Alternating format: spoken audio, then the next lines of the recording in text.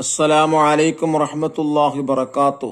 സുന്നി വിദ്യാഭ്യാസ board English medium സ്കൂളുകളിൽ 6ാം തരത്തിലേക്ക് തയ്യാറാക്കപ്പെട്ട ഉലൂമുദ്ദീനിന്റെയും അതിന്റെ വർക്ക് ബുക്കിന്റെയും 5ാമത്തെ ചാപ്റ്ററാണ് വായിക്കുന്നത്.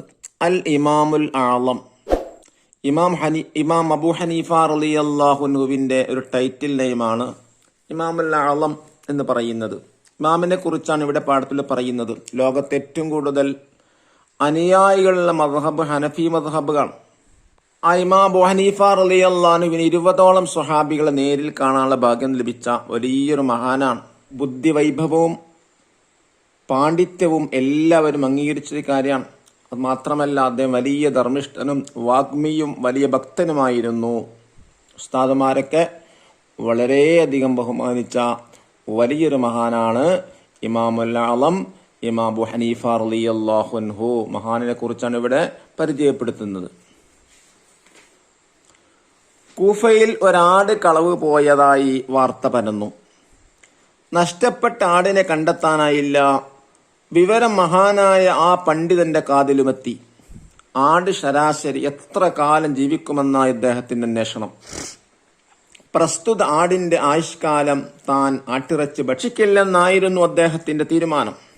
7 കൊല്ലം പിന്നീട് അദ്ദേഹം ആട്ടിറച്ചി തിന്നില്ല. കളവ് പോയ ആടിന്റെ മാംസം തന്റെ വയറ്റിലെത്തിച്ചേരുമോ എന്ന ഭയമായിരുന്നു ഈ തീരുമാനത്തിന് പിന്നിൽ. അതായത് അത്രയും സൂക്ഷ്മതയോടെ ജീവിച്ച വലിയൊരു മഹാനായിരുന്നു ഇമാമുൽ ആളം അബൂ ഹനീഫ റളിയല്ലാഹു അൻഹു എന്നർത്ഥം. ഇനി നോക്കൂ, ആ സ്വാത്വികനായ പണ്ഡിത പ്രതിഭ ആരായിരുന്നു? അൽ ഇമാമുൽ ആളം അബൂ ഹനീഫ റളിയല്ലാഹു അൻഹു, ഹനഫി മദ്ഹബിന്റെ ഇമാം. വിശുദ്ധ ഖുർആനാണ് ഇസ്ലാമിന്റെ അടിസ്ഥാന പ്രമാണം. തിരുനബി സല്ലല്ലാഹു അലൈഹി വസല്ലമ വാക്കിലൂടെയും പ്രവർത്തനങ്ങളിലൂടെയും മൗനാനുവാദങ്ങളിലൂടെയും ഖുർആനിന്റെ വിശദീകരണം നൽകി. സ്വഹാബികൾ താബിഈകൾക്കും താബിഈകൾ ശേഷമുള്ളവർക്കും അത് പകർന്നു നൽകി. അത് മുഴുവൻ ക്രോഡീകരിച്ച് ഇസ്ലാമിക ഫിഖ് രേഖപ്പെടുത്തിയവരാണ് മദ്ഹബിന്റെ ഇമാമുകൾ. ഖുർആനിലോ ഹദീസിലോ ഗണ്യത നിർദ്ദേശമില്ലാത്ത വിഷയങ്ങളിൽ ഇമാമുകൾ ഗവേഷണം നടത്തി വിധി പറഞ്ഞു. ലോകാടിസ്ഥാനത്തിൽ ഏറ്റവും അനുയായികളുള്ളത് ഹനഫി മദ്ഹബിലാണ്. മധ്യേഷ്യയിലും India, Afghanistan, Pakistan, Bangladesh, China, Iraq, തുർക്കി എന്നീ രാജ്യങ്ങളിലെല്ലാം ഹനഫി മദ്ഹബിന് നല്ല വേരോട്ടമുണ്ട്. ഇമാം അബൂ ഹനീഫ റളിയല്ലാഹു അൻഹുവിന്റെ യഥാർത്ഥ നാമം നുഅ്മാൻ എന്നാണ്. ഹിജറ വർഷം 80-ൽ കൂഫയിൽ ജനിച്ചു. പേർഷ്യൻ വംശജനായ പിതാവ് സാബിത്ത് വസ്ത്രവ്യാപാരിയായിരുന്നു. പിതാവ് ചെറുപ്പത്തിൽ മരണപ്പെട്ടതിനാൽ അദ്ദേഹം കച്ചവടത്തിൽ ശ്രദ്ധ കേന്ദ്രീകരിച്ചു. പിന്നീട് ഉസ്താദിന്റെ നിർദ്ദേശപ്രകാരം വിജ്ഞാന സമ്പാദനത്തിൽ മുഴുകി. 4000-ൽ പരം ഉസ്താദുമാരിൽ നിന്ന് അറിവ് നുകർന്നു. ആയിരക്കണക്കിന് ശിഷ്യന്മാർക്ക് അറിവ് പകർന്നു നൽകി. 20-ലധികം സ്വഹാബികളെ കാണാൻ അദ്ദേഹത്തിന്റെ ഭാഗ്യം ലഭിച്ചു. ഇമാമിന്റെ ബുദ്ധിവൈഭവവും പാണ്ഡിത്യവും എല്ലാവരും അംഗീകരിച്ചു. അദ്ദേഹം വലിയ ധർമ്മിഷ്ഠനും വാഗ്മിയും വലിയ ഭക്തനുമായിരുന്നു.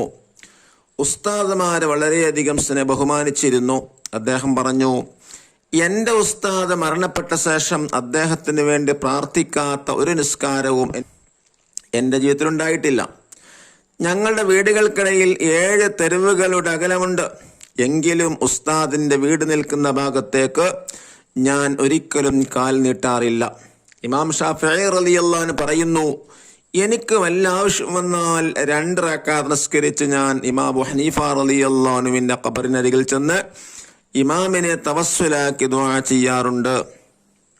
ഭരണകൂട ഭീകരതയ്ക്ക് മുമ്പിൽ ഇമാം അബൂ ഹനീഫ റളിയല്ലാഹു അൻഹു തന്റെ വ്യക്തിത്വവും ആദർശവും കാത്തു സൂക്ഷിച്ചു. അധികാരികളുടെ ഇംഗിതത്തിന് വഴങ്ങാത്തിന്റെ പേരിൽ പീഡനങ്ങൾ ഏറ്റുവാങ്ങി ജയിലടക്കപ്പെട്ടു. നിരന്തര പരീക്ഷണങ്ങൾക്കിടയിൽ ഹിജറ 150-ൽ അദ്ദേഹം വഫാത്തായി. ഇന്ന് നോക്കൂ, നഖറുനഫം ചില ഇംഗ്ലീഷിലെ വേർഡുകൾ. സ്വാത്വികൻ, സ്പിരിച്വൽ, ക്രോഡീകരിച്ചു, കമ്പൈൽഡ്, പ്രമാണം, ഡോക്യുമെന്റ്, മുഴുകി, എൻഗേജ്ഡ്, വിധി പറഞ്ഞു, ജഡ്ജ്ഡ്, ഖണ്ഡിത, ഡിഫൈനറ്റ്, ഗവേഷണം, റിസർച്ച്, പകർന്നു, ഇംപാർട്ടഡ്, മധ്യേഷ്യ, മിഡിൽ ഏഷ്യ, വാഗ്മി, ഒറാറ്റർ, തെരുവുകൾ സ്ട്രീറ്റ്സ് ഭക്തൻ ഡിവോറ്റി. മൗനാനുവാദം സൈലന്റ് പെർമിഷൻ. ബുദ്ധിവൈഭവം ഇന്റലിജന്റൽ പവർ. യഥാർത്ഥ നാമം ആക്ച്വൽ നെയിം. ഭരണകൂട ഭീകരത അഡ്മിനിസ്ട്രേഷണൽ ടെറർ. പരീക്ഷണങ്ങൾ ഓർഡൽസ്. വ്യക്തിത്വം പേഴ്സണാലിറ്റി. പീഡനം ടോർച്ചറിങ്. ആദർശം ഐഡിയോളജി. തവസ്സൽ എന്ന് പറഞ്ഞാൽ എന്താ? ഇടയാളനാക്കി പ്രാർത്ഥിച്ചു. പിതാമഹൻ വലിയുപ്പ. ഷാത്തുൻ ആട്. കൂഫ ഇറാഖിലെ ഒരു നാട്. ഇംഗിതം ആഗ്രഹം. ഉംറ് ആയുഷ്കാലം. ഖണ്ഡിതം ഉറപ്പുള്ളത്. ഫിഅല് പ്രവൃത്തി. ഖൗല് വാക്ക്.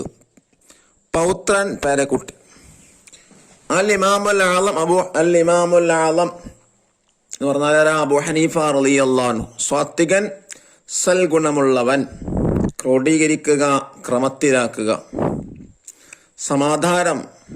സമാഹാരം ശേഖരിച്ചത്.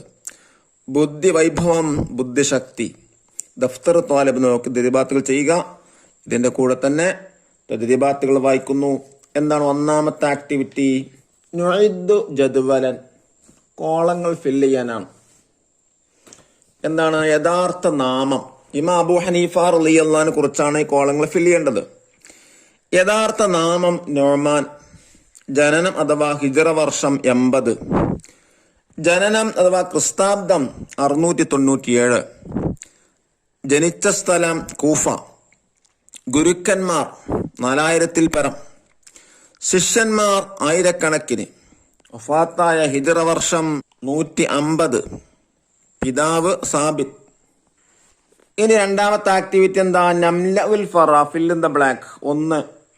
പരിശുദ്ധ ഖുർആൻ 23 വർഷങ്ങളായി അവതരിച്ചു. 2. ലോകാടിസ്ഥാനത്തിൽ ഏറ്റവും കൂടുതൽ അനുയായികളുള്ളത് ഹനഫി മദ്ഹബിനാണ്. 3. ഇമാം അബൂ ഹനീഫ റളിയല്ലാഹു അൻഹുവിന്റെ പിതാവ് പേർഷ്യൻ വംശജനായിരുന്നു. 4. ഇമാം അബൂ ഹനീഫ റളിയല്ലാഹു അൻഹു 4000-ൽ പരം ഗുരുക്കന്മാരിൽ നിന്ന് അറിവ് നുകർന്നു. 5. ഇമാം അബൂ ഹനീഫ റളിയല്ലാഹു അൻഹു 20-ലധികം സ്വഹാബികളെ കണ്ടിട്ടുണ്ട്. 6. ഇമാം ഷാഫിഈ റളിയല്ലാഹു അൻഹു ഇമാമിനെ തവസ്സുലാക്കി ദുആ ചെയ്യാറുണ്ടായിരുന്നു. ഇനി മൂന്നാമത്തെ ആക്ടിവിറ്റി എന്താ? നുജീബ് ഉത്തരമെഴുതാം. ഒന്നാമത്തെ ചോദ്യം: ഇമാം അബൂ ഹനീഫ റളിയല്ലാഹു അൻഹു 7 കൊല്ലം ആട്ടിറച്ചി കഴിച്ചില്ല. കാരണമെന്ത്? ഉത്തരം: കളവ് പോയ ആടിന്റെ മാംസം തന്റെ വയറ്റിലെത്തിച്ചേരുമോ എന്ന ഭയമായിരുന്നു ഇതിന് കാരണം. ചോദ്യം 2: എന്താണ് മദ്ഹബുകൾ? തിരുനബി സല്ലല്ലാഹു അലൈഹി വസല്ലമ വാക്കിലൂടെയും പ്രവർത്തനങ്ങളിലൂടെയും മൗനാനുവാദങ്ങളിലൂടെയും ഖുർആൻ വിശദീകരണം നൽകി. ഇത് മുഴുവൻ ക്രോഡീകരിച്ച് ഇസ്ലാമിക ഫിഖ് രേഖപ്പെടുത്തി. ഒന്നാമത്തെ ചോദ്യം: ഇമാം അബൂ ഹനീഫ റളിയല്ലാഹു അൻഹു കച്ചവടത്തിൽ ശ്രദ്ധ കേന്ദ്രീകരിക്കാൻ കാരണമെന്ത്? ഉത്തരം: പേർഷ്യൻ വംശജനായ പിതാവ് വസ്ത്രവ്യാപാരിയായിരുന്നു. പിതാവ് ചെറുപ്പത്തിൽ മരണപ്പെട്ടതിനാൽ ഇമാം അബൂ ഹനീഫ റളിയല്ലാഹു അൻഹു കച്ചവടത്തിൽ ശ്രദ്ധ കേന്ദ്രീകരിച്ചു. നാലാമത്തെ ചോദ്യം: ഇമാം അബൂ ഹനീഫ റളിയല്ലാഹു അൻഹുവിനെ ജയിലിലടക്കാൻ കാരണമെന്ത്? ഉത്തരം: ഇമാം അബൂ ഹനീഫ റളിയല്ലാഹു അൻഹു തന്റെ വ്യക്തിത്വവും ആദർശവും കാത്തു സൂക്ഷിച്ചു. അധികാരികളുടെ ഇംഗിതത്തിന്റെ പേരിൽ പീഡനങ്ങൾ ഏറ്റുവാങ്ങി. അഞ്ചാമത്തെ ചോദ്യം: ലോകത്ത് ഹനഫി മദ്ഹബ് കൂടുതലുള്ള രാജ്യങ്ങൾ ഏതെല്ലാം? മധ്യേഷ്യയിലും India, Afghanistan, Pakistan, Bangladesh, China, Iraq, തുർക്കി. ഇനി അഞ്ചാമത്തെ ആക്ടിവിറ്റി എന്താണ്? നുഇദ് മുദക്കിറ. പാരഗ്രാഫ് തയ്യാറാക്കാനാണ്. ഇമാം അബൂ ഹനീഫ റളിയല്ലാഹു അൻഹുവിന്റെ ജീവിത കുറിപ്പ് തയ്യാറാക്കുക. നമുക്ക് പാഠത്തിൽ നിന്ന് തന്നെ വായിക്കാം. ഇമാം അബൂ ഹനീഫ റളിയല്ലാഹു അൻഹുവിന്റെ യഥാർത്ഥ നാമം നുഅ്മാൻ എന്നാണ്. ഹിജ്റ വർഷം 80-ൽ കൂഫയിൽ ജനിച്ചു. പേർഷ്യൻ വംശജനായ പിതാവ് സാബിത്ത് വസ്ത്രവ്യാപാരിയായിരുന്നു. പിതാവ് ചെറുപ്പത്തിൽ മരണപ്പെട്ടതിനാൽ അദ്ദേഹം കച്ചവടത്തിൽ ശ്രദ്ധ കേന്ദ്രീകരിച്ചു. പിന്നീട് ഉസ്താദിന്റെ നിർദ്ദേശപ്രകാരം വിജ്ഞാന സമ്പാദനത്തിൽ മുഴുകി. 4000-ൽ പരം ഉസ്താദുമാരിൽ നിന്ന് അറിവ് നുകർന്നു. ആയിരക്കണക്കിന് ശിഷ്യന്മാർക്ക് അറിവ് പകർന്നു നൽകി. 20ലധികം സ്വഹാബികളെ കാണാൻ അദ്ദേഹത്തിന് ഭാഗ്യം ലഭിച്ചു. ഇമാമിന്റെ ബുദ്ധിവൈഭവവും പാണ്ഡിത്യവും എല്ലാവരും അംഗീകരിച്ചു. അദ്ദേഹം വലിയ ധർമ്മിഷ്ഠനും വാഗ്മിയും വലിയ ഭക്തനുമായിരുന്നു. ഉസ്താദുമാരെ വളരെയധികം ബഹുമാനിച്ചിരുന്നു. അദ്ദേഹം പറഞ്ഞു, എന്റെ ഉസ്താദ് മരണപ്പെട്ട ശേഷം അദ്ദേഹത്തിന് വേണ്ടി പ്രാർത്ഥിക്കാത്ത ഒരു നിസ്കാരവും എന്റെ ജീവിതത്തിൽ ഉണ്ടായിട്ടില്ല. ഞങ്ങളുടെ വീടുകൾക്കിടയിൽ 7 തെരുവുകളുടെ അകലമുണ്ട്. എങ്കിലും ഉസ്താദിന്റെ വീട് നിൽക്കുന്ന ഭാഗത്തേക്ക് ഞാൻ ഒരിക്കലും കാൽ നീട്ടാറില്ല. ഇനി 5ാമത്തെ വർക്ക് എന്താ? തഖ്സീസാണ്. മദ്ഹബ് എന്ന വിഷയത്തിൽ ഒരു പ്രബന്ധം തയ്യാറാക്കുക. നോക്കൂ, വിശുദ്ധ ഖുർആനാണ് ഇസ്ലാമിന്റെ അടിസ്ഥാന പ്രമാണം. തിരുനബി സല്ലല്ലാഹു അലൈഹി വസല്ലം വാക്കിലൂടെയും പ്രവർത്തനങ്ങളിലൂടെയും മൗനാനുവാദങ്ങളിലൂടെയും ഖുർആനിന്റെ വിശദീകരണം നൽകി. സ്വഹാബികൾ താബികൾക്കും താബിഈകൾ ശേഷമുള്ളവർക്കും അത് പകർന്നു നൽകി.